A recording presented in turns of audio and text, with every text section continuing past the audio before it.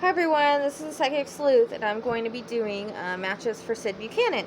Now, she actually did come into my readings. I was going to do a reading on her, but I didn't get a chance to before she was found. It was kind of rushed, as far as I was feeling rushed, but I just didn't get to it. I was in the midst of working on Susan, and it was just, I just didn't get to it. I was actually going to work on it the day that they found her, but anyways, it just didn't happen. But I did notice that she did come in a few different readings very strongly. She's been coming in since probably about Erica's, maybe even before then, because something that is around her also came in Cheryl's way back when. So the very last word that I got in Erica's was Bucannan, and it was brought to my attention later on that Sid was missing. In my group, it was brought to my attention. I also got 94. I saw that 94 runs this way on the map. That's where you take to get there. It looks like from, I think it's Indiana or something like that. Also, 294 is right there as well. Now, Thorn. Okay, so Thorn I didn't put in a reading, but as I was trying to tell you guys, I do get draws to areas, or to words, I should say, on a map or wherever. I will get draws to it, and it ends up matching up somewhere. At the time, I don't know why I get it, but here's a screenshot I have, and hopefully you guys can see it. It's the best I can do. So this was the 28th of July.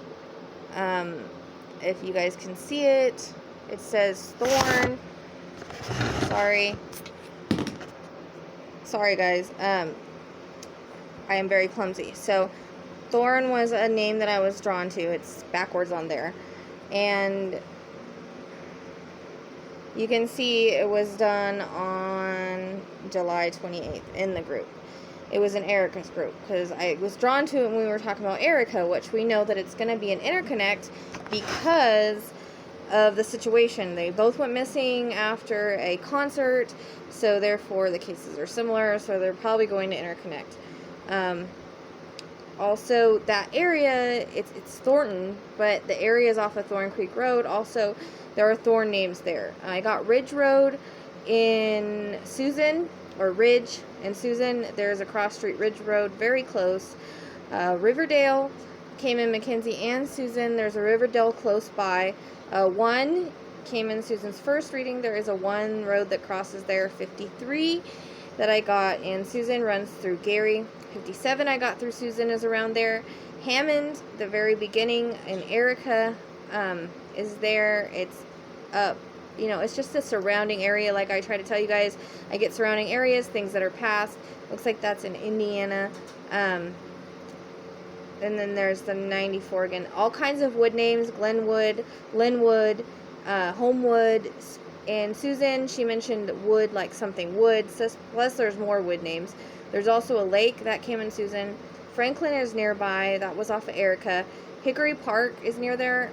Hickory came in Cheryl a long time ago, but it came again in Erica. And then it came again when we did another reading for Cheryl. So, also, the violence towards women, possibly rape and possibly murder, that came in Erica's is probably for both of these men, and that's why it's an interconnect. An interconnect, and what I mean by that is that it can go for either case or both. And usually it seems to happen when the cases are similar, or it's around the same time, or I really don't know. We're still trying to figure it and understand it. And there's also the beach that was mentioned in Erica's. This is not far from the beach or far from water that is like beach. So reference also in Erica, the very last reading, there was a reference to a party where she stormed off. I think that might have been Bucannan, Sid, because it really doesn't kind of fit there. I got piles of sand back in Cheryl. There is a place right across from this preserve that has that, and also there is a ranch right next to that, and ranch came in a lot in Erica. It still may make sense for Erica. There could be an interconnect, like I said. Cherokee and Indian reference in Cheryl and Susan and a few other places. There there are names that are like that around the concert area that she was at. Glenn, Kim, and Cheryl, and then I'm sure there's more, but this is what I could find. She took over a few readings, and sadly I didn't get to her in time, but she was definitely reaching out, so I apologize for not getting to her before she was found. But she did reach out, and from what we could find, if I would have done a reading, we would have been able to pinpoint her, because she basically said with a thorn where she was.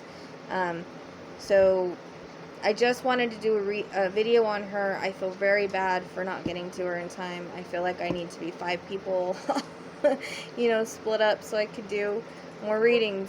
But thank you all for liking and subscribing. This was just a quick validation. See you next time.